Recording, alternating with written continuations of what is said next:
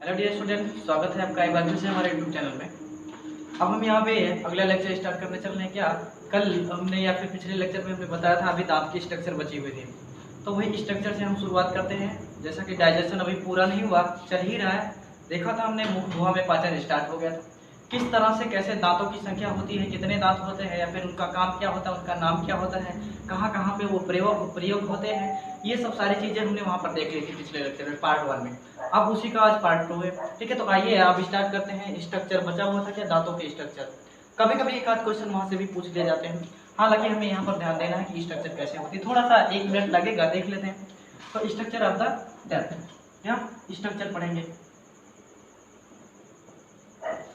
Structure of teeth, structure of teeth. यहाँ पर थोड़ा सा ध्यान देंगे कि इसके एक दांत की संरचना कैसी होती है। और हम एक बता दें कि यदि एक दांत की संरचना यदि आपको समझ में आ गई तो आप ये समझिए कि हमें मुख के 32 और 20 दांतों की संरचनाएं समझ में आ गई है। क्यों? क्योंकि एक दांत जैसा होता है ऐसे ही संरचनाएं अन्य सभी दांतों की होती है। ठीक है, तो एक दांत की स्ट्रक्चर हम यहाँ पर बनाते हैं। देखेंगे सबसे पहली बात तो ये कहेंगे कि दांत के जो मुख्य पार्ट होते हैं वो 3 पार्ट होते हैं। कितने?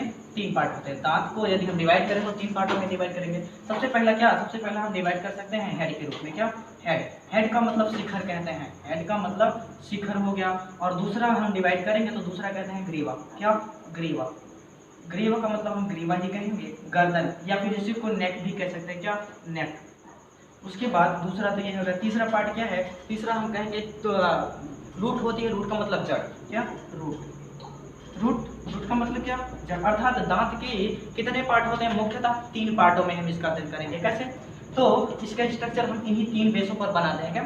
सबसे पहले यहाँ पे आपको दिख रहा है क्या? शिखर, फिर ग्रीवा, फिर जड़। इन ये तीनों पार्ट यहाँ पे कैसे हमें दिखेंगे? तो सबसे पहले छोटी सी स्ट्रक्चर हम ये डिवाइड इस तरह से खींचेंगे। ठीक है, ये बात जब हमें समझ में आए इस तरह से हमें स्ट्रक्चर खींचनी है दांत के कुछ ये आई समझ में। उसके बाद अब क्या करना है, इसी के अंदर एक और जस्ट ऐसी स्ट्रक्चर बनाना है। उसके बाद क्या करना है, यहाँ से ऐसी स्ट्रक्चर, फिर उसके बाद यहाँ से, ठीक है, फिर उसके बाद यहाँ से ऐसी स्ट्रक्चर बन जाएगी। बस अब कुछ करना नहीं, सारा स्ट्रक्चर इसका तैयार है। इसका सारा का सारा स्ट्रक्चर तैयार है। यहीं से हम समझ जाएंगे सारी चीजें। दांत का पोषण कैसे होता है, दांत में पानी कैसे लगते हैं, किस कारण से पानी लगता है ना, इसका कठोर भाग क्या है, ये सब सारी चीजें हमें यहीं से स्पष्ट हो जाएंगी। ठीक है, अब देखेंगे कि यहाँ पे ये वाला जो पार्ट दिख रहा है आपका, ये सबसे ऊपरी, ये यहाँ से लेकर के ये भाग, इसको यहाँ से यदि हम अलग कर दें तो यही भाग हमारे जो सफेद वाला पार्ट दिखाई देता है ना, यही इतना दिखाई देता है। मतलब यहाँ से देखेंगे तो इतना। और ये क्या है? ये वही मसूड़ा है। क्या? मसूड़ा है ना, मान से कहता है इसको, ये मसूड़ा, मस्कड़ा या फिर जो भी कहें, ये मसूड़ा है। तो यहाँ से ये पार्ट मसूड़ा वाला अलग हो जाता है। ठीक, बस इतना, यहाँ से इतना, ये इतना भाग जो दिखाई देता है, उसके बाद ये सारे पार्ट दिखाई नहीं देते। ठीक है, अब हमें देखना क्या है कि दांत कहाँ पर लगे होते हैं, तो निचले और ऊपरी जबड़ों में लगे होते हैं। इतनी सी बात। अब ये क्या है, सबसे ऊपरी भाग हमने क्या कह दिया कि जो सबसे ऊपरी भाग है भैया वो तो शिखर है। शिखर का मतलब हेड है। जो सफेद वाला पार्ट ये कैसा होता है, तो सफेद होता है। ठीक है, उसके बाद ये वाला जो पार्ट आपको दिख रहा है यहाँ से लेकर के इतना भाग, मतलब कि यदि आप दांत को थोड़ा सा ध्यान से देखेंगे तो मसूड़ा दिखाई देता है। दांत के जस्ट नीचे मसूड़ा दिखाई देता है। तो ये भाग इसी की नेक कहलाती है, गर्दन कहलाती है। उसके बाद का जो अंदर का पार्ट रहता है सारी की सारी जड़ कहलाती है। मतलब कहेंगे कि इसी के अंदर ये दांत क्या होता है, जड़ में फिक्स होता है। लेकिन यहाँ पर एक छोटी सी स्ट्रक्चर हमें ये देखनी है कि इसी को थोड़ा सा और हम बढ़ाते हैं। क्या? इसी हेड को इस तरह से आया रहता है। ध्यान से देखेंगे इसी तरह से इधर भी रहता और इधर भी रहता है। ठीक, अब क्या है कि ये तो भाई मांस है, मांस का मतलब ये मसूड़ा है। ये क्या है? ये मसूड़ा है। इसी तरह से ये भी मसूड़ा। और ध्यान देने वाली बात क्या है कि जो मसूड़ा है वो हमारी यहाँ पर रूट कहलाएगी। और ऊपरी भाग जितना मसूड़े का भाग दिख रहा है वो मसूड़ा क्या कहलाता है, वो नेक कहलाता है। क्या? नेक का मतलब ग्रीवा कहलाता है। आप दांत को थोड़ा सा खोल करके मुंह देखेंगे तो जो भाग मुख में मसूड़ा का दिखाई देगा उसको आप क्या कहोगे, नेक कहोगे। उसके बाद जो भाग अंदर रहेगा, मतलब जो आपको मसूड़ा दिखाई नहीं देगा, उसको आप क्या कहोगे, मतलब जिसमें दांत जमा रहता है, फिक्स रहता है, उस भाग को क्या कहोगे, उस मसूड़े वाले भाग को, तो उसको रूट कहोगे या फिर जड़ कहोगे। लेकिन जो सफेद वाला पार्ट होता है उसको क्या कहोगे, हेड कहोगे। ठीक है, इतनी सी बात आपको समझ में। अब हमें दिखाना क्या है कि यहाँ पर हमने लाल रंग की एक ये स्ट्रक्चर खींची है, यहाँ पर थोड़ा आप ध्यान से समझेंगे ये चीज, ये दोनों। अब इसमें एक सीमेंटेड पदार्थ रहता है, क्या, सीमेंटेड। सीमेंट का मतलब आप जानते हो, सब पकड़ बनाए रखना, जमना पकड़ बनाए रखना। ठीक है, तो भाई ये दांत, जैसे हम एक छोटी सी ये बात ये करें कि दांत जो है वो हमारे मसूड़ों में किस कारण से रुके रहते हैं, इतने फिक्स क्यों रहते हैं, तो कोई ना कोई कारण तो होगा।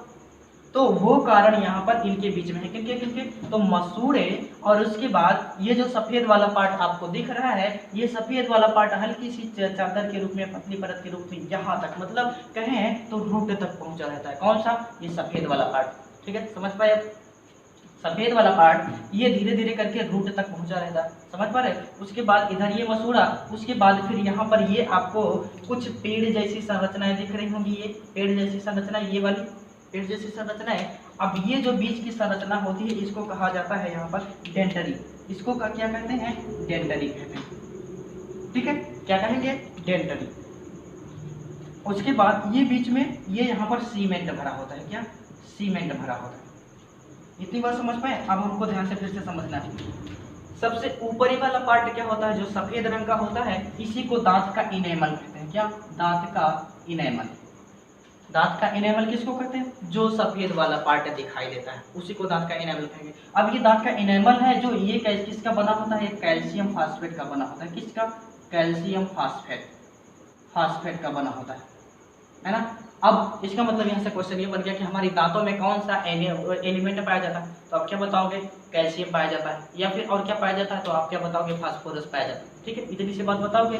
कैल्शियम फास्फेट का बना क्या होता है, इनेमल होता है। और याद रखिए यहाँ पर इनेमल से संबंधित एक महत्वपूर्ण बात क्या, तो ये इनेमल वह मतलब अंग है या फिर वह चीज है जो कि हमारे बॉडी की, एक ह्यूमन बॉडी की सबसे कठोरतम वस्तु है, या फिर कह सकते हैं कि चीज है, या फिर कह सकते हैं कि एक एलिमेंट है या एक ऑर्गन है, क्या, इनेमल। इनेमल क्या है, किसी भी बॉडी का सबसे एक कठोरतम, बहुत ज्यादा कठोर, क्यों, क्योंकि इसमें वाटर की जो मात्रा होती है, वाटर, यदि हम इसमें वाटर की बात करेंगे तो वाटर तो 0% होता है। अब इसी तरह से आप देख लेंगे वाटर 0%, एक बार और हमने पढ़ा था, कहाँ पर पढ़ा था, तो जब हम सेल वॉल पढ़ रहे थे तो सेल वॉल में देखा था वहां पर वाटर की लगभग जो मात्रा 0% के आसपास होती थी, इसलिए कोशिका भित्त क्या, कड़ी होती थी। इसी तरह से इनेमल में भी क्या है कि वाटर की मात्रा 0%। अब जहाँ पर वाटर नहीं है इसका मतलब वहाँ पर सूखा पड़ा है। सूखा का मतलब ये बहुत सा कठोर पदार्थ होता है। कठोर, ये सब पूरे शरीर का सबसे कठोरतम पदार्थ क्या है, तो दांत का इनेमल बताओगे। ठीक है, दांत का इनेमल क्या है, पूरे के पूरे शरीर का सबसे कठोरतम पदार्थ किसका बना होता है, कैल्शियम फास्फेट का होता है। किस रंग का होता है, तो सफेद रंग का होता है। ठीक है, आप बता दोगे। उसके बाद क्या है कि ये जो कैल्शियम मतलब इनेमल है, इसका काम क्या होता है, इनेमल का काम क्या होता है, तो आप ये बताओगे कि दांत की सुरक्षा करना। दांत का मतलब दांत, ये डेंटरी। अब डेंटरी का मतलब क्या है, डेंटरी का मतलब ये है, यदि आपसे कोई पूछ ले दांत किसका बना होता है, तो आप क्या इनेमल बताओगे या कैल्शियम फास्फेट बताओगे, नहीं। आपको बताना क्या है, दांत जो है वो डेंटरी का बना होता है। किसका बना होता है, डेंटिन या डेंटरी का बना होता है। ठीक है, तो यहाँ से आप अगला पॉइंट क्या लिखोगे, दांत डेंटिन का बना होता है। किसका, डेंटिन। ठीक है, डेंटिन का बना होता है, डेंटिन का बना होता है। अब डेंटिन किसकी बनी होती है, होता है दांत किसका बना होता है, डेंटिन का बना होता है। अब अगली पॉइंट ये है कि डेंटिन किसकी बनी होती है, तो डेंटिन जो है वो डेंटिन अस्थि की बनी होती है। किसकी बनी होती है, डेंटरी अस्थि की बनी होती है, आप ऐसा कह सकते हो। ठीक है, डेंटिन क्या है, एक डेंटरी अस्थि है और अस्थि कोशिका है। क्या, अस्थि कोशिका। तो यहाँ पर क्या कहोगे कि डेंटिन जो है वो डेंटरी अस्थि कोशिका से बना होता है। किसका, डेंटरी अस्थि कोशिका, डेंटरी अस्थि कोशिका से बना होता है। क्या बताओगे, मतलब फाइनली रूप से दांत किसका बना होता है, तो डेंटरी अस्थि कोशिका का बना होता है। यही से आप इसी तरह से मतलब दांत किसका बना होता है, दो तरह के आंसर आप हो सकते हैं। एक तो डेंटिन का बना होता है, अगर डेंटिन ऑप्शन में नहीं है तो आप क्या बताओगे, डेंटिन अस्थि कोशिका का बना होता है। ठीक है, इतनी सी बात आप बताओगे। अब क्या हमने बताया कि इनेमल का काम क्या है, दांत की सुरक्षा प्रदान करना। कैसे, क्योंकि मुख्य भाग जो दांत का होता है वो तो डेंटिन का बना होता है, और डेंटिन में पतली पतली सकरी नालिकाएं होती हैं। पतली पतली सकरी नालिकाएं होती हैं, जिससे क्या होकर के क्या बहते हैं, रक्त बहता है, लसिका बहता है, जिसके कारण से पूरे के पूरे दांत का पोषण होता रहता है। आप क्या बताओगे? दांत का पोषण किससे होता है? तो दांत का पोषण डेंटरी अस्थि में उपस्थित रक्त वाहिनियों के माध्यम से होता है। किससे होता है? डेंटरी अस्थि में उपस्थित रक्त वाहिनियों से रक्त वाहिनियों के माध्यम से होता है। ठीक है, तो यहाँ पर अगला पॉइंट लिखिए, दांत का पोषण डेंटरी अस्थि में उपस्थित, डेंटरी अस्थि में डेंटरी अस्थि में उपस्थित, समझ पा रहे? दांत का पोषण डेंटरी अस्थि में उपस्थित रक्त वाहिनियां, यहाँ पर हम नाम क्या दे रहे? रक्त वाहिनियों से होता है। पतली पतली छोटी छोटी रक्त वाहिनियां होती है, सकरी सकरी रक्त वाहिनियों से होता है, रक्त वाहिनियों से होता है। क्या बताओगे भैया? रक्त वाहिनियों से होता है। मतलब दांत का पोषण, मतलब यदि हम कहें दांत में खून क्या होता है? बिल्कुल होता है, दांत में खून होता है, लेकिन कहाँ पर? तो डेंटरी अस्थि की कोशिकाओं में होता है। ठीक है, समझ में आई सी बात?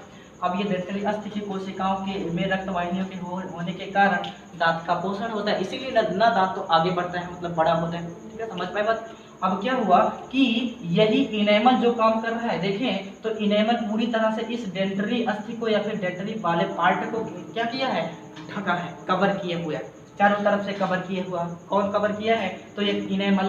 अब बताओ, यदि इसी इनेमल को यहाँ से हटा दे, इसको यहाँ से हटा दे इनेमल को, तब क्या? तब दांत तो तभी बचेगा, लेकिन क्या होगा कि जो भी आप खाना खाओगे, चाहे गर्म पानी पियोगे, चाहे ठंडा पानी पियोगे, या नमक खाओगे, मिर्चा खाओ, जो भी खाओगे, उन सारी पदार्थों का अनुभव यहाँ पर होगा। मतलब यदि ठंडा पानी पी रहे हो तो दांत में ठंडा लगेगा। ठीक है, उसके बाद यदि आप गर्म पानी पी रहे हो तो गर्म महसूस होगा, उसके बाद और कुछ खा रहे हो तो तीखा लगेगा। ये सारी चीजें यहाँ पर होंगी। मतलब यदि आपसे कोई पूछ ले कि दांत का गर्म होना, या सॉरी दांत का गर्म नहीं, दांत में गर्म पानी लगना, ठंडा पानी लगना किस कारण से होता है, तो आप क्या बताओगे? इनेमल के क्षरण हो जाने के कारण। किसके क्षरण हो जाने के कारण? इनेमल के। इनेमल जो कि सुरक्षा प्रदान कर रहा है किसको? डेंटरी अस्थि को। जब यही हटा दिया जाएगा तो दांत का गर्म पानी या ठंडा पानी तो लगे, जाहिर सी बात है। तो इसका मतलब आप क्या आंसर दोगे कि दांत में गर्म पानी या ठंडा पानी लगना किसके कारण से? इनेमल के क्षरण होने के कारण। अगला पॉइंट आप नोट करके लिखिए क्या कि इनेमल के क्षरण हो जाने के कारण, लिखिए फटाफट, इनेमल के क्षरण हो जाने के कारण, इनेमल के क्षरण हो जाने के कारण, इनेमल के क्षरण हो जाने के कारण मसूड़े में, या फिर कहेंगे डेंटरी अस्थि में, या फिर दांत लिखे सीधा बात, दांत में गर्म तथा ठंडा पानी लगता है। ठीक है, बात क्या बताओगे? किसके कारण से गर्म और ठंडा पानी लगता है? तो इनेमल जब खत्म हो जाएगा, धीरे धीरे करके ये नष्ट हो जाएगा, तो जाहिर सी बात है गर्म पानी तो ठंडा पानी भी लगेगा। इतनी सी बात आप समझ पाए? अब आप क्या बताओगे कि जो यहाँ पर ये डेंटिन है या फिर इनेमल जो है वो किस तरह से दांत, या फिर पूरे तरीके से दांत ही कहें, दांत हमारे मसूड़ों के बीच में किसके कारण से टिका रहता है? तो आप क्या बताओगे? देखो ध्यान से, क्या बताना है आपको? दांत जो है वो दांत के इनेमल तथा सीमेंट, मतलब मसूड़े के बीच, क्या इनेमल तथा मसूड़े के बीच एक सीमेंट नामक पदार्थ होता है। सीमेंट नामक पदार्थ होता है जो कि दांत को मसूड़ों के बीच में पकड़ बनाए रखता है, और जिसके कारण से दांत क्या होता है? मसूड़ों में फिक्स रहता है, जबड़ों में फिक्स रहता है। ठीक है, बता दोगे आंसर क्या कि दांत किसके कारण से जो है यह मसूड़ में फिक्स रहता है, जबड़े पर जबड़ा रहता है? तो आप क्या बताओगे? इनेमल तथा मसूड़ों या फिर कहेंगे जड़ में या फिर ग्रीवा के बीच में क्या जड़ा रहता है? सीमेंट नामक पदार्थ उपस्थित रहता है जो कि दांत को पकड़े रहता है, और जिसके कारण से दांत क्या होता है? वो खड़ता है। बता दोगे? इतनी सी बात आपकी यहाँ से छूटी हुई थी। ठीक है, अब यहाँ से इंपॉर्टेंट पॉइंट आपको हमने बता दिया। क्या बताया? सबसे पहली बात तो इनेमल इंपॉर्टेंट बात बताई, उसके बाद क्या बताया? किसका बना होता है, तो वो भी आपने देखा। मतलब अब जाकर के आपका दांत जो है, दांत वाला पोर्शन वो समाप्त हो। बाकी का जो जितना इंपॉर्टेंट क्वेश्चन था वो हमने पहले वाले वीडियो में बता रखा, आप नहीं देखे हैं तो उससे जाकर के देख सकते। ठीक है, अब अगला पॉइंट है दांत की बात तो हो गई, मतलब मुख अभी खत्म है, मुख में पाचन अभी खत्म है। क्यों? क्योंकि जब तक हम लार नहीं पढ़ लेंगे, मतलब जीभ नहीं पढ़ लेंगे तब तक जाकर के मुख में पाचन खत्म नहीं होगा। मुख से जब तक भोजन आगे नहीं बढ़ जाएगा तब तक वहां पाचन होता रहेगा। अभी तो हमने ये जाना नहीं कि मुख में किसका पाचन होता है। ठीक, तो अब अगला पॉइंट हेडिंग बनाएंगे क्या? अगला हेडिंग बनाइए जीभ। क्या हेडिंग बनाएंगे? जीभ, टंग।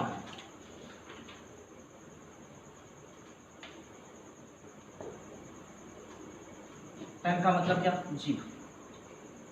जीभ से भी एक आध दो क्वेश्चन कभी पूछ ही लिया जाता है, तो यहाँ से हम पढ़ लेते हैं। ठीक, जीभ क्या? जीभ को हम कहेंगे, सबसे पहली बात तो ये एक मांसल संरचना है, इसमें हड्डी नहीं होती।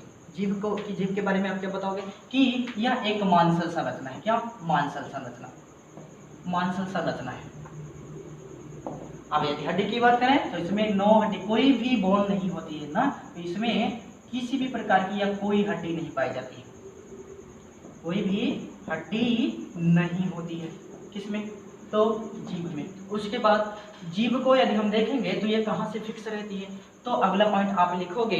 पहले तो इस जीभ के बारे में हम कहेंगे, इसका 2 सिरा होता है। एक सिरा तो एकदम स्वतंत्र होता है, एक सिरा एकदम स्वतंत्र होता है, लेकिन दूसरा जस्ट वैसे जैसे कैंटिलीवर बीम होती है। अब क्या हुआ, एक सिरा यहाँ पर एकदम स्वतंत्र जो आप मतलब बाहर निकालते हो जीभ को उस तरह से।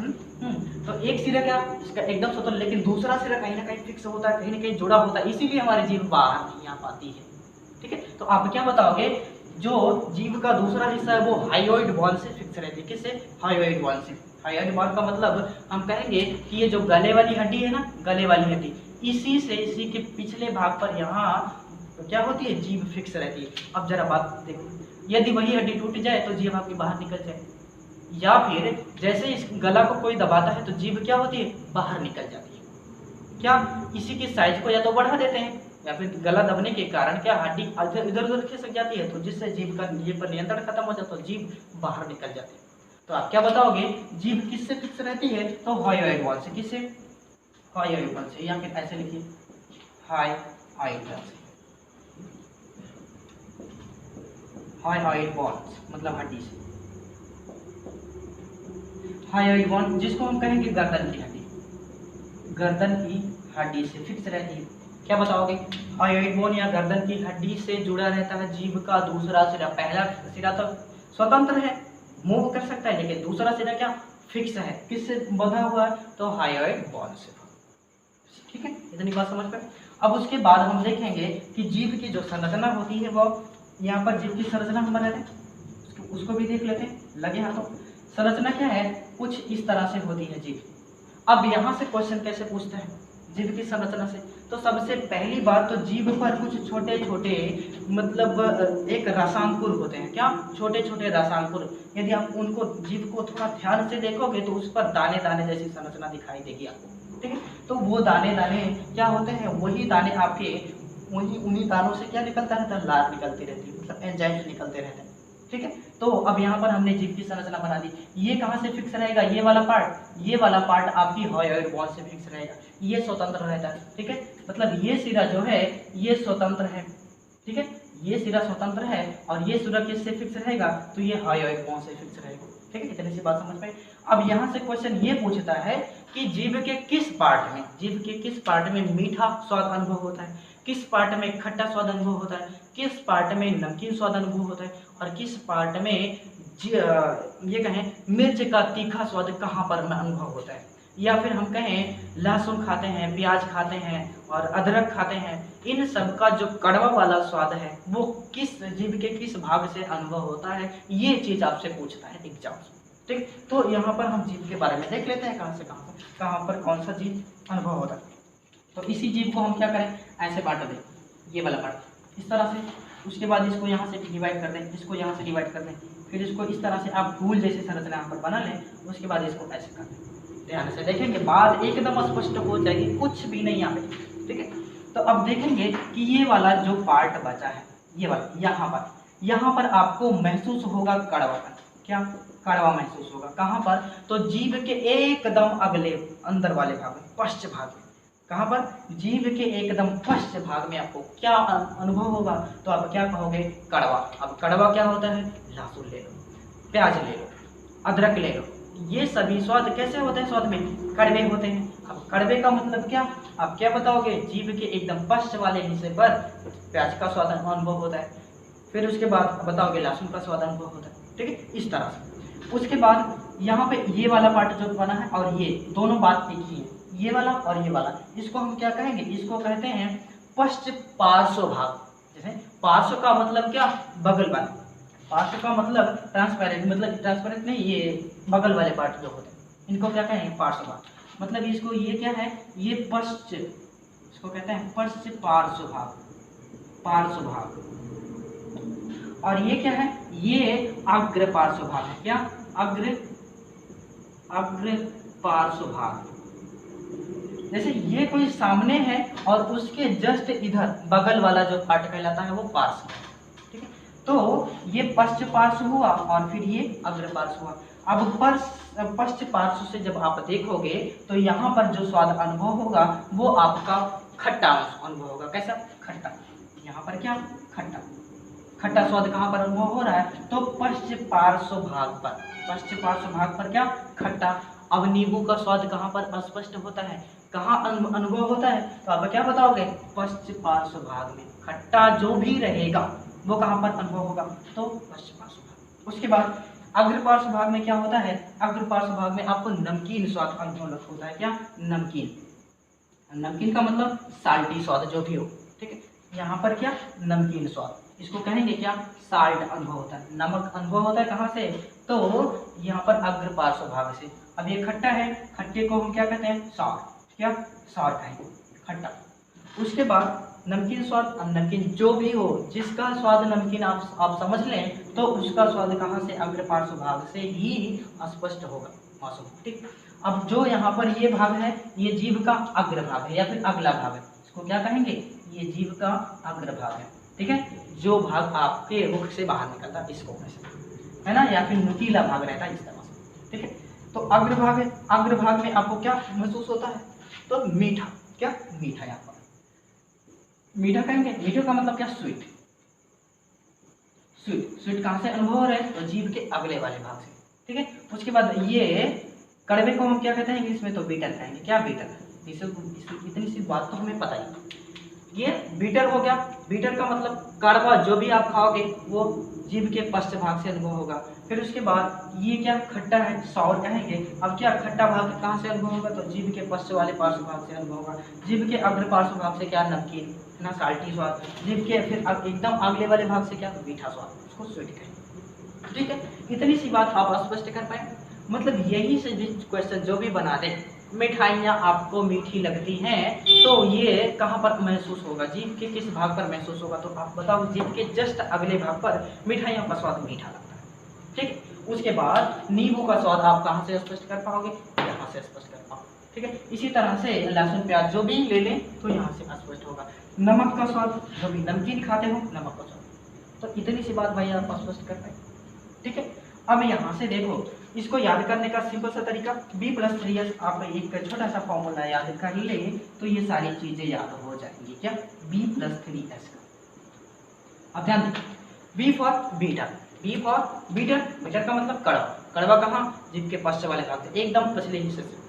3s है तो s for sweet, s for salt और s फॉर क्या, सॉल्ट, ठीक है। तो यहाँ से मीठा, नमकीन और खट्टा स्वाद अनुभव कर सकते हैं b+3s। तो ये तो थी जीभ की एक संरचना और जीभ के बारे में एक इम्पोर्टेंट बात, ठीक है। अब जीभ का काम क्या होता है, ये तो हमने बता दी। जीभ का काम क्या होता है, तो जीभ का काम होता है भोजन को उलटना पलटना, बार बार उसी को मिलाना, ठीक है, भोजन में लार मिलाना। तो अब ये भी लिख सकते हैं यहाँ पे, क्या लिखोगे, जीभ का काम, क्या कार्य क्या है, भोजन में या फिर भोजन को उलटना पलटना, उलटना पलटना हो गया एक तो काम जीभ का, ठीक है, ये बात। उसके बाद और क्या बताओगे, भोजन में लार मिलाना। क्या, भोजन में लार मिलाना, लार मिश्रित करना, किसका काम भैया, तो ये जीभ का काम है। उसके बाद फिर बोलने में या फिर वाणी को स्पष्ट करने में भी हेल्प करती है क्या, जीभ। जीभ क्या करती है, वाणी को स्पष्ट करने में काम करती है। तो यहाँ पर आप लिखोगे वाणी को स्पष्ट करती है, क्या वाणी को स्पष्ट करती है। तो ये तो थे कुछ इंपॉर्टेंट काम किसके, जीभ के। ठीक, बता दें, ये चीज बता देंगे, स्पष्ट होगी सारी चीजें। अब आगे बढ़े, नोट हो गया ना, मतलब जो भी खट्टा तीखा जो भी महसूस हो रहा था आपने देखा। फिर काम क्या है, जीभ का काम है ये भोजन को उलटना। भाई आप भोजन को खाना को खाते हो, ऐसे थोड़ा ना वो उलट पलट के उसमें मिक्स हो जाता है, लार थोड़ा ना उसमें मिक्स हो जाती है। उसको मिक्स करने के लिए एक मशीन लगी हुई है, उसका नाम है क्या, टंग। ठीक है, क्या इसी को करती है, भोजन को उलटती पड़ती है। उसके बाद भोजन में लार भी मिश्रित करती है उसके अनुसार। उसके बाद क्या, वाणी को स्पष्ट करती है। भाई बिना जीभ के हम सारे वर्ड्स अच्छे क्लियर ढंग से बोल नहीं सकते। ठीक है, इतनी सी बात है। तो ये तो था कि कुछ जीभ के बारे में स्पष्टीकरण। जीभ हो गई, जीभ के बारे में हमने पढ़ लिया। अगला पॉइंट है, अभी भोजन का पाचन नहीं हुआ है, भोजन अभी बचा है। अब बेचारा भोजन क्या करे, वो तो उसी में उठा जा रहा है जीभ के द्वारा। अभी उसमें आएगा लार, एंजाइम मिलेगा, वहां से भोजन का पाचन होगा, तब जाकर के भोजन निकला जाएगा, मतलब भोजन आगे बढ़ेगा। अभी ये समझिए कि भोजन कहाँ पे है, मुख में ही है और उलट पलट रहा है। ठीक है, मुख में ही है और जीभ के द्वारा उल्टा पलटा जा रहा है। लेकिन अब अगला टर्म है तो यही लगे हाथ हम पढ़ते चलते हैं, क्योंकि डाइजेस्टिव ग्लैंड्स की तो हमने अलग बताया था, ठीक है, लेकिन यहाँ पर मुख चल रहा है तो मुख से ही रिलेटेड है, वो भी पढ़े चले तो ज्यादा बेटर। ठीक है, तो आप अगली हेडिंग बनाइए, लार ग्रंथियां। क्या बनाओगे, लार ग्रंथियां, लार ग्रंथियां, लार ग्रंथियां, है ना। ठीक है, तो ये सैलिवा ग्लैंड्स, सैलिवा ग्लैंड, सैलिवा ग्लैंड्स, लार ग्रंथियां। अब यहाँ हम जानेंगे भोजन जो भी उलट पलट रहा है, जीभ उलट पलट रही है, अब ये लार क्या है, लार कहाँ से आता है, कितने टाइप का होता है, फिर इसमें क्या उपस्थित होता है जिससे भोजन पाचित हो जाता है। ठीक है, पहली बात इसके बारे में यदि हम बात करें तो यह एक तरल पदार्थ है, ये तो बात आप सभी जानते हैं। ठीक है, तो ये क्या है, लार क्या है, लार एक तरल पदार्थ है। क्या भैया, तरल पदार्थ है। लार क्या है, एक तरल पदार्थ है। अब क्या, लार में कुछ प्रकार के एंजाइम्स होते हैं। ठीक है, लार का काम क्या है, भोजन को गीला करना। लार का काम क्या है, भोजन को गीला करना। तो सबसे दूसरा इंपॉर्टेंट काम यहाँ पर लिखेंगे, इंपॉर्टेंट बात, इसका काम भोजन को गीला करना होता है। क्या, भोजन को गीला करना होता है। ठीक है, इतनी बात आप स्पष्ट कर पाए। यदि लार ना होती तो सोचो हम क्या भोजन को निगल सकते थे, किसी भी कीमत पर नहीं। ठीक है, लार ना होती तो भोजन को क्या हम अंदर ले सकते, यदि जबरदस्ती कर भी लिए तो कहीं ना कहीं फंस जाता और हमारी सांस बंद हो जाती। ठीक है, अब क्या हुआ कि भोजन में क्या, वो भोजन को गीला करने का काम करना तो लार ग्रंथियां करें। ठीक है, अब उसके बाद लार में एंजाइम्स होते हैं। तो लार में कौन कौन सा एंजाइम्स होता है, इसमें क्या पाया जाता है, लार में लिखेंगे, लार में एंजाइम्स पाए जाते हैं। क्या, एंजाइम पाए जाते हैं। ठीक है, अब एंजाइम क्या होते हैं, तो एंजाइम एक प्रकार के प्रोटीन होते हैं। क्या बताओगे, एंजाइम क्या होते हैं, एक प्रकार के प्रोटीन होते हैं। क्या बताओगे, प्रोटीन होते हैं। एंजाइम क्या होते हैं, अच्छा इसी हाथ में हम बता देंगे, एंजाइम प्रोटीन होते हैं, ऐसे कह सकते हैं, प्रोटीनों के बने होते हैं, प्रोटीनों के बने होते हैं। अब प्रोटीन किससे बने होते हैं, अब ये बात तो आप बताएंगे, प्रोटीन किससे बने थे, तो एमिनो अम्लों से बने होते हैं। ठीक है, एमिनो एसिड से बने होते हैं।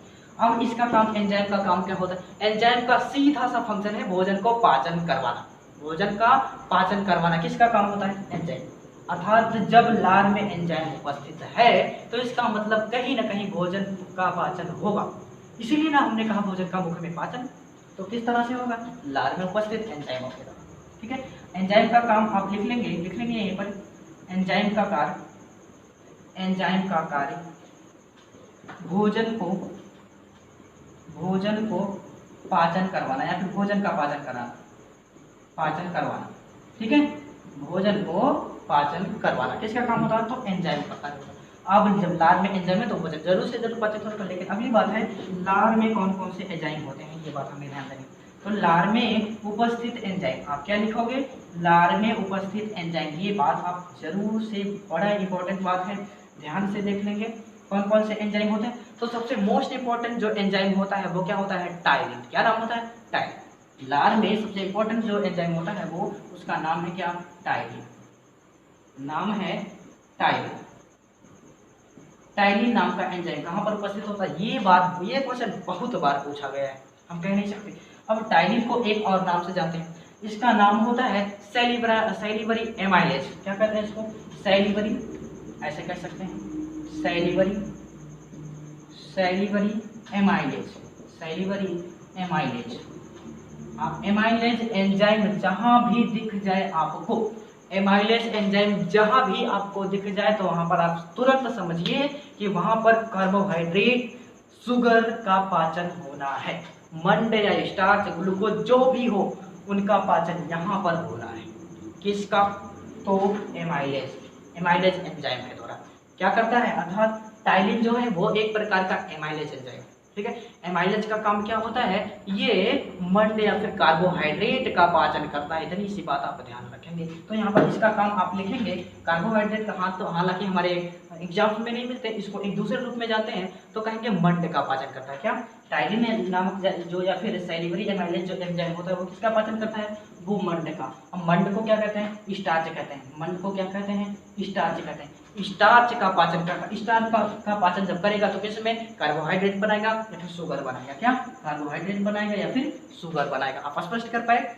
एमाइलेज या फिर सैलिवरी एमाइलेज, इसका काम क्या होता है? कार्बोहाइड्रेट का पाचन, मतलब मंड का पाचन। स्टार्च का पाचन वो क्या होता है कि टाइलिन नामक एंजाइम करता है। अब यहाँ से मोस्ट इंपॉर्टेंट क्वेश्चन आप नोट कर लेंगे, टाइलिन जो एंजाइम है वो किसका पाचन करता है? वो मंड का पाचन करता है, स्टार्च का पाचन करता है। यदि मंड या स्टार्च ना मिला तो आप क्या बताओगे कि वहां पर कार्बोहाइड्रेट का पाचन होता है, ठीक है। इतनी सी बात आप स्पष्ट करें। ये तो था एक टाइलिन के बारे में बात, लेकिन अभी भी इससे ज्यादा और भी एंजाइम्स निकलते हैं।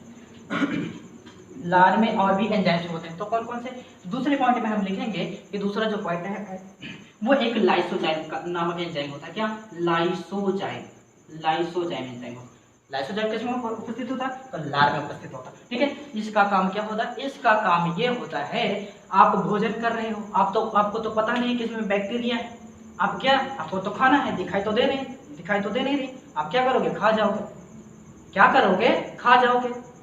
अब उसी जो बैक्टीरिया आपने खाया है, अब वो बैक्टीरिया है भाई, हानिकारक बैक्टीरिया होंगे जरूर, वो कहीं ना कहीं आपकी बॉडी को डिफेक्ट कर सकते हैं, हानि पहुंचा सकते हैं। तो यही लाइसोजाइम जो एंजाइम है वो उन्हीं बैक्टीरिया को क्या करता है? नाश कर देता है। क्या करता है? बैक्टीरिया को मृत्यु प्रदान कर देता है। कैसे? ध्यान से देखेंगे तो बैक्टीरिया जो है वो एक प्रकार की पादप कोशिका का जंतु है। किस प्रकार के? पादप कोशिका का जंतु है, प्रोकैरियोटिक सेल्स का है, ठीक है। अब आपको पता है कि प्रोकैरियोटिक सेल्स की जो मतलब कोशिका भित्ति बनी होती है, वो कोशिका भित्ति बहुत ही हल्की और नरम होती है। क्या होती है? वो प्रोकैरियोटिक सेल्स की या फिर जीवाणुओं के, बैक्टीरिया के जो सेल वॉल बनी होती है वो क्या होती है? वो बहुत ही नरम होती है। अब क्या हुआ कि ये जो जब लाइसोजाइम नामक एंजाइम वहां पर पहुंचता है, लाइसोजाइम नामक एंजाइम जब वहां पर पहुंचता है तो उसका काम क्या होता है? वो करता क्या है? वो उस बैक्टीरिया की जो छत है या फिर कोशिका भित्ति है उसको क्या करता है? उसको ये तोड़ फोड़ देता है, काट देता है। जैसे ही काटा तो बैक्टीरिया का अंत खत्म, या फिर कहेंगे बैक्टीरिया का अंश समाप्त, मतलब बैक्टीरिया के मरने का काम करता है। तो यहाँ पर लिखोगे क्या? लाइसोजाइम जो एंजाइम होता है वो हानिकारक, भोजन के साथ आए हुए, क्या लिखोगे? भोजन के साथ आए हुए बैक्टीरिया को, भोजन के साथ आए हुए बैक्टीरिया को नष्ट करता है। कौन नष्ट करेगा? तो आपको पता है, नष्ट करता है लाइसोजाइम। कौन नष्ट करता है? लाइसोजाइम, ठीक है। इतनी सी बात आपको स्पष्ट कर पाएंगे। इसके अलावा भी इसमें माल्टेज एंजाइम्स होते हैं, ठीक, वो माल्टोज का पाचन करते हैं। तो वहाँ पे हमें अब नहीं जाना है, बस हम कम से कम दो तो याद ही रखें। सबसे पहली इंपॉर्टेंट बात और बहुत इंपॉर्टेंट टाइम, उसके बाद लाइसोजाइम, ठीक है। इतनी बात आप स्पष्ट कर पाए। अब देखो, पूछा जाए आपसे चावल के बारे में बात लेंगे, बताओ क्या चावल का पाचन मुख में होगा? क्या चावल का पाचन मुख में होगा? तो आप आंसर में क्या दोगे? यदि चावल में मंड उपस्थित है तो चावल का पाचन मुख में होगा, अन्यथा किसी भी कीमत पर। तो चावल में स्टार्च उपस्थित होता है, इसलिए चावल का पाचन मुख से स्टार्ट हो जाता है। आप क्या बताओगे? चावल का पाचन मुख से स्टार्ट हो जाता है, ठीक है। उसके बाद कार्बोहाइड्रेट का पाचन भी इसी में मुख में हो रहा है, मतलब चावल, शुगर, स्टार्च, कार्बोहाइड्रेट ही तो है, ठीक है। तो आप क्या बताओगे? कार्बोहाइड्रेट का पाचन भी है, ठीक है। अब यहाँ से ये लार का काम तो खत्म हुआ, क्या 2 थे लार, कौन कौन से टाइलिन हो गया ये लार सोचा। लेकिन अब ये क्वेश्चन हमसे पूछा जाता है कि लार ग्रंथियां कितने टाइप की होती है, कहाँ कहाँ पर उपस्थित होती है, बहुत बार क्वेश्चन पूछा गया है, उसको भी देख लेते हैं। तो भैया आप ये करोगे कि यहाँ पर अगला पॉइंट लिखोगे कि लार ग्रंथियां कुल 3 होती हैं। लार ग्रंथियों की संख्या जो होती है वो कितनी होती है, वो 3 होती है। कितनी होती है, 3 होती है ना। लार ग्रंथियों की जो संख्या है वो कितनी है, 3 होती है। लार ग्रंथियां कितनी होती हैं, 3, ठीक है। 3 लार ग्रंथियां होती है, लेकिन कौन कौन सी, तो पहली, दूसरी और तीसरी के बारे में हम यहाँ पर बात कर रहे हैं। पहली जो है, पहली को हम कहते हैं पैरोटिड ग्रंथि। क्या, पैरोटिड ग्रंथि, पैरोटिड ग्रंथि, पैरोटिड ग्लैंड, पैरोटिड ग्लैंड है। पहली जो ग्रंथि है वो पैरोटिड ग्लैंड है। इसको क्या कहते हैं, कर्ण पल्लव, ऐसे कहते हैं, कर्ण पल्लव ग्रंथि या फिर कर्ण पल्लव लार ग्रंथि। ठीक है भैया, समझ पा रहे हो। पहली क्या है, पैरोटिड। उसके बाद दूसरी के बारे में बात करें, दूसरी क्या है, दूसरी का नाम है सब मैक्सिलरी। क्या, सब मैक्सिलरी, सब मैक्सिलरी ग्लैंड। अब ये सब मैक्सिलरी ग्लैंड का मतलब क्या है, इसको हम कहते हैं अधोहनु ग्रंथि। क्या कहते हैं, अधोहनु ग्रंथि। ठीक है, ये भी एक लार ग्रंथि है। ठीक है, उसके बाद तीसरी है सब, उसके बाद क्या, लिंगुअल ग्रंथि, सब लिंगुअल ऐसे कहेंगे, हाँ, सब लिंगुअल ग्लैंड, सब लिंगुअल ग्लैंड। इसको कहते हैं अधोजिह्वा ग्रंथि। क्या, अधोजिह्वा ग्रंथि। बता दोगे ठीक से, सही बता दोगे कि कितनी लार ग्रंथि होती है। देखो अब इनसे आपको याद रखना पड़ेगा, क्यों, क्योंकि हमसे क्वेश्चन ऐसा पूछता है कि निम्न में से कौन सी लार ग्रंथि नहीं है, तो तीनों में ऑप्शन ये रहेगा। और चौथा हम मान लेते हैं, अग्न्याशय लगा दिया, लीवर लगा दिया, थायराइड लगा दिया।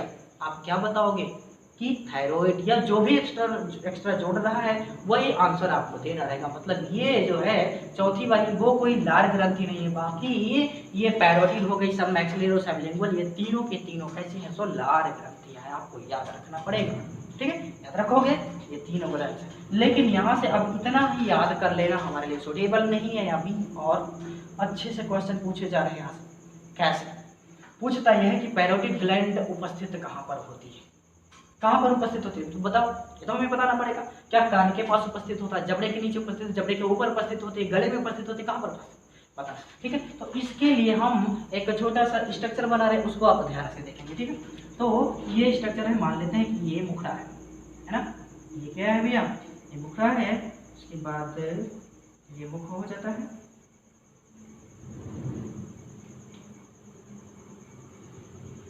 ठीक है, ध्यान से देखेंगे। अब इस मुख में क्या है कि मुख में यहाँ से ये वाला जो पार्ट है ये तो वही कहलाएगा, वही निचला जबड़ा। फिर उसके बाद यहाँ से ये ऊपरी जबड़ा। ठीक है, समझ पा रहे हैं, ये निचला जबड़ा है, ये ऊपरी जबड़ा है, ये यहाँ पे तो नेत्र आँख होती है। ठीक है, उसके बाद हमें ध्यान देना है कहाँ कि यही कहीं पर कान भी उपस्थित होता है व्यक्ति का। ठीक है, समझ पा रहे, फिगर, छोटा सा फिगर, यही कहीं पर कान उपस्थित होता है। अब जो पहली पैरोटिड ग्लैंड होगी हमारी, वो कहाँ पर उपस्थित होगी, वो हम जरा ध्यान से देखेंगे। तो इसी कान को थोड़ा सा मिटाते हैं, इसके अंदर यहीं पर उपस्थित होती है। क्या, ये ग्लैंड इस तरह से, ऐसे कहाँ पर उपस्थित होती है, तो आप क्या कहोगे, जस्ट कान के नीचे। कान के नीचे कौन सी, पैरोटिड ग्लैंड। उसके बाद यही पैरोटिड ग्लैंड जो है ये एक नलिका के द्वारा इस तरह से यहाँ पर जुड़ी होती है मुख में, इस तरह से। ठीक है, तो क्या बताओगे कि ये जो ग्लैंड है ये कहाँ पर उपस्थित होती है, इसका क्या नाम है, इसका पैरोटिड ग्लैंड नाम है। कहाँ पर उपस्थित होती है, तो कान के नीचे। क्या बताओगे, पैरोटिड ग्लैंड कान के नीचे उपस्थित होती है। लेकिन ध्यान देना कि इन तीनों ग्रंथियों में से सबसे बड़ी लार ग्रंथि कौन सी है, तो पैरोटिड ग्रंथि है। तो इसके बारे में एक बड़ा इंपॉर्टेंट फैक्ट ये लिख लेंगे कि सभी लार ग्रंथियों में सबसे बड़ी, या फिर कह लेंगे सबसे बड़ी लार ग्रंथि, सबसे बड़ी लार ग्रंथि किसको बताओगे, पैरोटिड ग्लैंड को बताओगे। ठीक, पैरोटिड ग्लैंड क्या है, सबसे बड़ी लाल ग्रंथि। ठीक, इतनी सी बात आपको समझ में। ठीक है, कहाँ पर उपस्थित होती है, तो कान के नीचे, यहाँ पर लिख लेंगे क्या, कान के नीचे उपस्थित होती है। ठीक है, कान के नीचे उपस्थित होती है, ये बात आप स्पष्ट कर पाए। लेकिन दूसरा क्वेश्चन हमसे ये पूछता है कि जो ये पैरोटिड ग्लैंड है ये मुख गुहा से किस नली के द्वारा जुड़ी रहती है, मुख गुहा से किस नली के द्वारा जुड़ी रहती है, आपको ये लिखना है। तो ये एक नली आपको छोटी सी दिखाई दे रही है, इस नली का नाम है यहाँ पर स्टेशन नलिका। क्या, स्टेशन नलिका, स्टेशन नलिका, स्टेशन नलिका। बता दोगे आसानी से, कोई भी मतलब कमी नहीं होगी। ठीक है, स्टेशन नलिका के द्वारा कौन सी ग्लैंड जुड़ी होती है, तो आप बताओगे क्या, पैरोटिड ग्लैंड। अच्छा, ये जो पैरोटिड ग्लैंड जुड़ रही है कहाँ से जुड़ रही है, किससे जुड़े, तो मुख गुहा से जुड़ती है। भाई मुख में खुलती है, मुख गुहा में नहीं जुड़ेगी, देखो स्पष्ट होगा पर। ठीक है, उसके बाद दूसरी के बाद हम करते हैं क्या, सब मैक्सिलरी, सब मैक्सिलरी क्या, अधोहनु जो ग्लैंड है। अधोहनु ग्लैंड का मतलब हम यहाँ से इसको यहाँ इस तरह से स्पष्ट करते हैं कि ये जो निचला जबड़ा है, निचला जबड़ा आप देख पा रहे हैं, निचले जबड़े की जस्ट यहाँ पर उपस्थित होती है, निचले जबड़े के नीचे यहाँ पर उपस्थित होती है। ठीक है, अब यहाँ से भी ये भी क्या होती है, एक नलिका के द्वारा यहाँ जा करके निचले जबड़े वाले में मुख गुहा निचले जबड़े से होकर के मुख गुहा में खुलती है। कौन सी, तो इसका नाम है भैया यहाँ पर ये सब मैक्सिलरी ग्लैंड, सब मैक्सिलरी ग्लैंड। ठीक है, कहाँ पर होती है, तो आप क्या बताओगे कि ये यहाँ पर निचले जबड़े के नीचे उपस्थित होती है। क्या, निचले जबड़े के नीचे। अच्छा, ध्यान से समझना, यहीं पर ही ये जीभ होती है। चलो इसको हम यहाँ से जीभ बनाते हैं। ठीक है, ये क्या है, ये हमारी टंग है, ये क्या है, ये टंग है। अब यहाँ से ये जबड़े के नीचे उपस्थित है। ठीक है, कौन सी, तो सब मैक्सिलरी ग्लैंड। ठीक है, ये अब जिस नलिका के द्वारा जुड़ी होती है ना, जिस नलिका के द्वारा मुख गुहा में खुलती है उसका नाम आप क्या बताओगे, उसका नाम है वार्टन नलिका। क्या, वार्टन नलिका, वार्टन नलिका, वार्टन नलिका। वार्टन नलिका के द्वारा, वार्टन नलिका के द्वारा सब मैक्सिलरी ग्लैंड निचले जबड़े से होकर के मुख गुहा में खुलती है। आप क्या लिखोगे, वार्टन नलिका के द्वारा सब मैक्सिलरी ग्लैंड मुख गुहा में खुलती है। बात स्पष्ट कर पाए भैया, वार्टन नलिका से होकर के सब मैक्सिलरी ग्लैंड मुख गुहा में खुलती है। स्पष्ट हो गया। उसके बाद आपको क्या करना है कि सब मैक्सिलरी ग्लैंड कहाँ पर उपस्थित होती है, तो आप क्या बताओगे, निचले जबड़े के पिछले वाले भाग, निचले जबड़े के पीछे वाले भाग, निचले जबड़े के पीछे वाले भाग में क्या उपस्थित होती है, तो क्या, सब मैक्सिलरी ग्लैंड। सब मैक्सिलरी ग्लैंड कहाँ पर, निचले जबड़े के पीछे वाले भाग में, ऐसे कह सकते हो, निचले जबड़े के पिछले वाले भाग में। या फिर इतना सा याद रखिए कि निचले जबड़े के नीचे कौन सी ग्लैंड उपस्थित है, तो आप क्या बताओगे, सब मैक्सिलरी ग्लैंड। लेकिन वास्तव में सही क्या है, वो निचले जबड़े के पिछले वाले भाग पर क्या उपस्थित होती है, सब मैक्सिलरी ग्लैंड। ठीक है, अब तीसरे के बारे में दूसरा तो समझ में आ गया, स्पष्ट आप लिख लोगे क्या कि सब मैक्सिलरी ग्लैंड जो है वो वार्टन नलिका द्वारा मुख गुहा में खुलती है। कहाँ पर उपस्थित है, तो निचले जबड़े के पिछले वाले भाग में। ठीक है, इतनी सी बात स्पष्ट हो गई। तीसरा क्या है, सब लिंगुअल ग्लैंड। सब लिंगुअल ग्लैंड ये कहाँ पर उपस्थित होता है, तो इसको हम थोड़ा सा ध्यान से देखेंगे भैया। ये हमारी जीभ है, जीभ के जस्ट नीचे यहाँ ये इस तरह से, और यहाँ से जुड़ करके ये मुख गुहा में खुलती है इस नलिका के द्वारा। तो यहाँ पर ये जो नलिका है, मतलब कि सब लिंगुअल जो ग्लैंड है वो रिवीनस, या फिर ऐसे कहेंगे रिवीनस, रिवीनस ये नाम है इस नलिका का। किस नलिका का, जिस नलिका के माध्यम से सब लिंगुअल ग्लैंड मुख गुहा में खुलती है। मतलब कि दो ग्लैंड नीचे उपस्थित होती है निचले जबड़े में, और एक ग्लैंड कहाँ पर उपस्थित होते हैं, तो कान के नीचे। ठीक है, अब रही बात ये कि जो सबलिंगुअल ग्लैंड है इसको कहते हैं अधोजिह्वा ग्रंथि। मतलब यहाँ से हम ये स्पष्ट कर पाएंगे कि यह जीभ के नीचे उपस्थित होती है। क्या, जीभ के नीचे, जीभ के नीचे उपस्थित होती है। तो आप बता दोगे ना, जब कभी भी क्वेश्चन पूछा जाएगा भविष्य में, कभी भी आपसे क्वेश्चन पूछा जाता है कि जीभ के नीचे उपस्थित ग्रंथि का नाम क्या है, तो अधोजिह्वा याद रखिए। जहाँ जिह्वा शब्द आपको मिल जाए तो तुरंत कह देना कि वही ग्रंथि क्या है, वो जीभ के नीचे उपस्थित होगी। अधोहनु आ गया, और हनु का मतलब ये होता है वज्र, और वज्र का मतलब कठोर, कठोर का मतलब अस्थि, अस्थि का मतलब क्या, आप क्या बताओगे कि सब मैक्सिलरी या अधोग्रंथि, अधोहनु जो ग्रंथि है वो कहाँ पर, निचले जबड़े के पिछले वाले भाग में। ठीक है, तो सबसे छोटी ये सबलिंगुअल ग्लैंड किस नलिका के द्वारा मुख गुहा में खुलती है, तो रिवीनस या रिवीनस नलिका के द्वारा मुख में खुलती है। ठीक है, सबसे बड़ी ग्लैंड पैरोटिड, तो यहाँ से ये सारी चीजें आपको समझ में आई, ठीक है। तो ये 3 है हमारी लार ग्रंथि। अब एक बड़ा इंपॉर्टेंट बात है लार ग्रंथियों। लार ग्रंथियों का काम क्या होता है, तो आपने सारा सिस्टम देख लिया, सब कुछ देख लिया, अभी कुछ बचा नहीं। एक और है, कभी कभी क्वेश्चन पूछ लेता है, लार अम्लीय होता है या फिर क्षारीय होता है। लार अम्लीय होता है या फिर क्षारीय होता है, तो जरा आप बताएंगे कि इसकी प्रकृति कैसी है। तो हमें तो देखने में मिला भाई कि हमारे 2 बुक में हमने देखा, एक बार गलत लिखा था, एक जगह लिखा था तो लार क्षारीय होते और दूसरा जगह लिखा था कि लार हल्की सी अम्लीय होते। क्यों? क्योंकि हमने देखा कि लार का जो पीएच होता है वो 6 से लेकर के 7 के बीच में होता है। किसका? लार का पीएच कितना होता है? 6 से लेकर के 7 के बीच में होता है, और लगभग माना जाता है लार का पीएच 6.8 होता है। अब आप जरा सा यहाँ पे बता देंगे कि लार अम्लीय होता है क्षारीय होगा, तो आप जान चुके, मतलब हल्की सी अम्लीय होती। क्या? तो लार हल्की सी क्या अम्लीय होती है, ठीक है। बता देंगे पीएच कितना 6 से 7 के बीच में, कितना 6.8 माना जाता है, एक्यूरेट, ठीक है। अब उसके बाद दूसरा पॉइंट ये पूछा यह जाता है भैया कि लार में लगभग कितना पानी उपस्थित होता है, कितनी मात्रा में पानी उपस्थित होता है, लार में कितनी मात्रा में पानी उपस्थित होता है। तो लिखेंगे कि लार में वाटर का जो कंटेंट है, वाटर कंटेंट की मात्रा जो है वो लगभग कहेंगे 99% होता है। क्या? 99% क्या पानी होता है, किस में? लार में। तो बचा क्या? 1%। अच्छा, इसको हम 98 कर देते हैं तो बात आपको समझ में आता है ना। 98 to 99 ऐसे करते हैं, ठीक। 98 to 99% क्या लार में वाटर उपस्थित होता है। बचा 1 से 2% जो भी बचा हुआ है, 1 से 2% जो भी बचा हुआ है, उस उतने भाग में क्या ये सारे पदार्थ मतलब एंजाइम्स उपस्थित होते हैं। क्या बताओगे? सबसे अधिक मात्रा में लार में क्या पानी होता है, 90% से भी ज्यादा, 99%, ठीक है, पानी उपस्थित होता है। 1-2% बचा, वहां पर यहाँ पर पचाने वाले एंजाइम्स उपस्थित होते हैं। और उसके बाद ये इतना स्पष्ट हो गया, पीएच मतलब हल्का सा क्षारीय होता है, फिर ये चीज होती है। अब लार से जो भी बात थी वो खत्म, लेकिन एक इंपॉर्टेंट बात और याद आ गई, वो क्या है कि प्रतिदिन बातें है इंपॉर्टेंट, बहुत ही इंपॉर्टेंट है। क्या?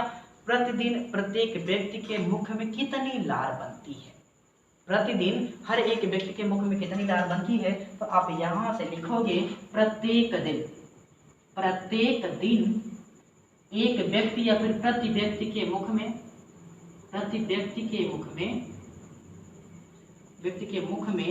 1 से लेकर के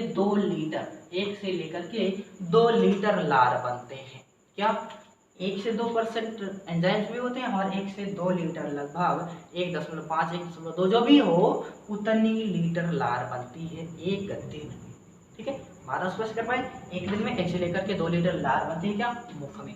फिर उसके बाद वाटर सबसे ज्यादा होता है, ठीक है, ये बात स्पष्ट कर पाए।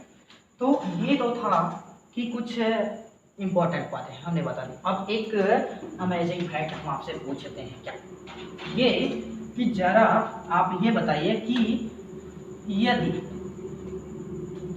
हम जो भी भोजन करते हैं वो उस भोजन के मतलब जैसे एक फ्रिक्शन होता है। अब किसी भी वस्तु को यदि बार बार रगड़ा जाए तो वो मतलब फ्रिक्शन के कारण वस्तु क्या होती है, घिस जाती है। लेकिन होता क्या है कि हम जब तक जीवित रहते हैं तब तक खाना खाते हैं तो हमारा मुखड़ा घिसता क्यों नहीं है, बड़ा क्यों नहीं हो जाता फैल करके। वही बात है समझने वाली। जैसे किसी वस्तु को यदि बार बार रगड़ा जाए तो फ्रिक्शन के कारण क्या होता है कि वो वस्तु घिस जाती है, कट जाती है।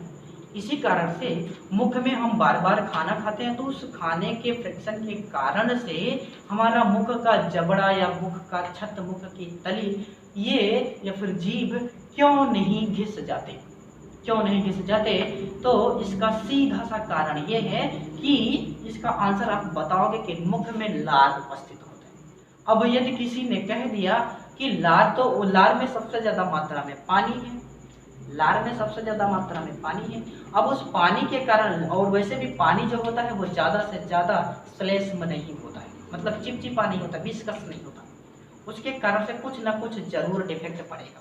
लेकिन उसी लार में कुछ श्लेष्म भी निकलते रहते हैं, मतलब चिपचिपा पदार्थ निकलता है। तो देखे होंगे आप, जो लार होती है वो चिपचिपी होती है, ठीक है। तो उसी चिपचिपीपन के कारण से मुख का हम कहें तो एक तरह से लुब्रिकेशन होता रहता है। क्या, मुख का लुब्रिकेशन होता रहता है। और जाहिर सी बात है भाई, जिसका बार बार लुब्रिकेशन होगा वो कभी फ्रिक्शन के संपर्क में आने वाली नहीं, मतलब जल्दी से उसका फ्रिक्शन, और वैसे भी फ्रिक्शन होता है किसके कारण से, तो लार ग्रंथियों में, या फिर लार ग्रंथियों के कारण, लार के उपस्थित होने के कारण, या फिर इसी को दूसरे आंसर में जवाब ये दे सकते हैं कि लार ग्रंथियों में उपस्थित श्लेष्म कला के कारण, या फिर श्लेष्म के कारण। ठीक है, श्लेष्म के कारण, श्लेष्म के कारण क्या होता है कि लार जो होती है वो थोड़ी सी विस्कस, या फिर कहेंगे एक तरह से चिपचिपा पदार्थ बनी रहती है, जिसके कारण से वो, या मुख जो है वो क्या होता है इस तरह। इतनी सी बात होगी।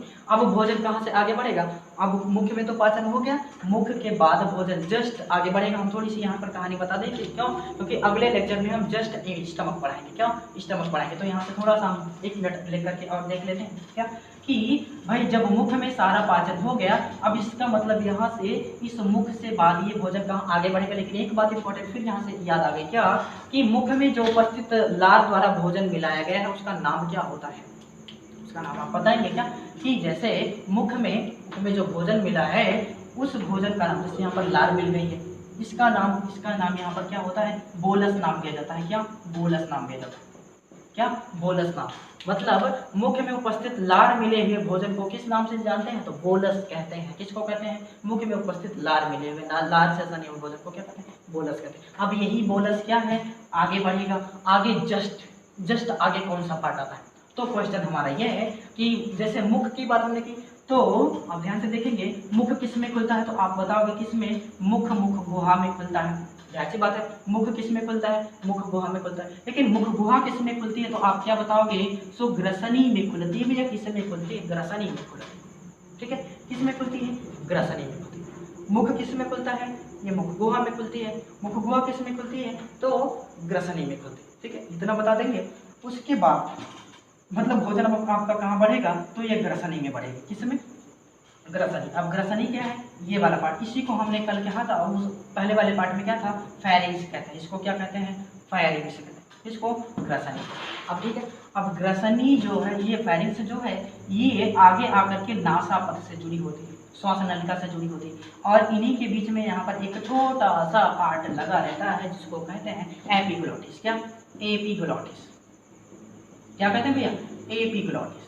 अब एपिग्लोटिस क्या है, एज ए वाल्व काम करता है। कैसे काम करता है, एक वाल्व की तरह काम करता है। जैसे समझ लेते हैं एपिग्लोटिस का काम क्या है, जब हम भोजन करते हैं, जब हम, हालांकि ये अभी टर्म आएगा जब श्वसन तंत्र पढ़ेंगे, फिर भी यहाँ बता दे रहे हैं, जब हम भोजन करते हैं तो एपिग्लोटिस एक वाल्व की तरह होता है, जो क्या करता है, यहाँ से जैसे इसको हम ये इस तरह से जरा हम इसको डिनोट करें ताकि चीज़ें आपको स्पष्ट हो जाए।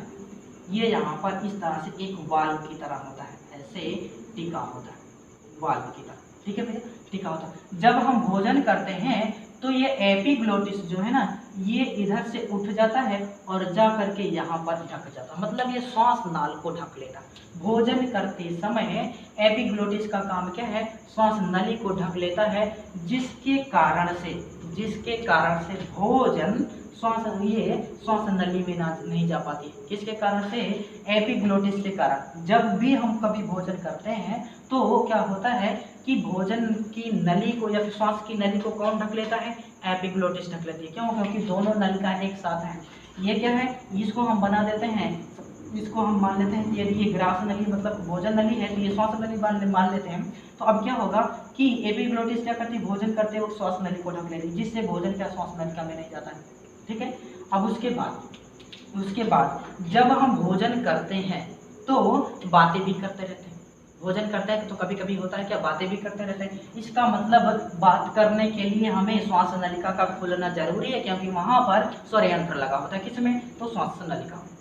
तो इसका मतलब ये क्या, ये इसी पर लहर करती रहती है। इसका मतलब ये कौन लहर करती रहती है, एपिग्लोटिस। जैसे आप बोल रहे हो भोजन करते समय, तो एपिग्लोटिस क्या है, इसी पर लहर करती रहती है। और डर रहता है कि भोजन करते समय आप यदि तेज से बोल दिए तो इसी झटके के साथ यदि आपकी आवाज़ निकल रही तो एपिग्लोटिस झट से पलट करके इधर ना आ जाए। और जैसे ही झट से पलट करके इधर आया, आपने जो खाना खाया वो तुरंत कहाँ पर आया, श्वास नली में चला जाएगा। और जैसे ही श्वास नली में जाएगा तुरंत आपकी श्वास रुकने का चांस रहता है। इसीलिए कहा जाता है कि भोजन करते समय ज़्यादा तेजी से बोलना नहीं चाहिए।